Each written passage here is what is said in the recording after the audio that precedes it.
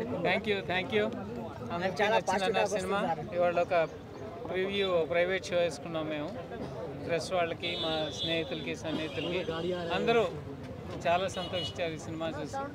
అయితే court stay ఉన్న దృష్ట్యా నేను ఎక్కువ మాట్లాడలేను. కానీ ఒకటి మాత్రం చెప్పగలను, ఎవరిని భయపెట్టాలో వాళ్ళని భయపెట్టింది ఈ సినిమా. ఆ భయంతోనే ఎవరికి వాళ్ళు వెనకడుగు వేసే పరిస్థితి. రైతుల కష్టాలు చూపించాం. ఒక రైతు బిడ్డగా నా వంతుకు ఇది చేశాను. ఒక సామాన్య రైతు బిడ్డ ఒక రాష్ట్రంలోనే అత్యంత పవర్ఫుల్ వ్యక్తినే భయపెట్టగలిగాను. అది చాలా సంతోషం. ప్రీమియర్ వేసే ఎక్సలెంట్ రెస్పాన్స్.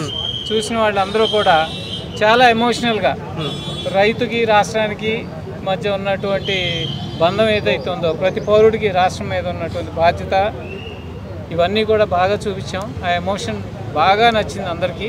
సో నాకు వేల కొలది మెసేజెస్ వస్తున్నాయి. చాలా బాగుంది, ఇంత మంచి సినిమా తీశారని. సినిమాని ఒక సామాజిక బాధ్యత అనుకున్నాను, ఆ బాధ్యతగానే తీసాం cinema. Thank you very much. ఈ అడ్డంకి రేపు తొలగిపోతుందని ఆశిస్తున్నాను.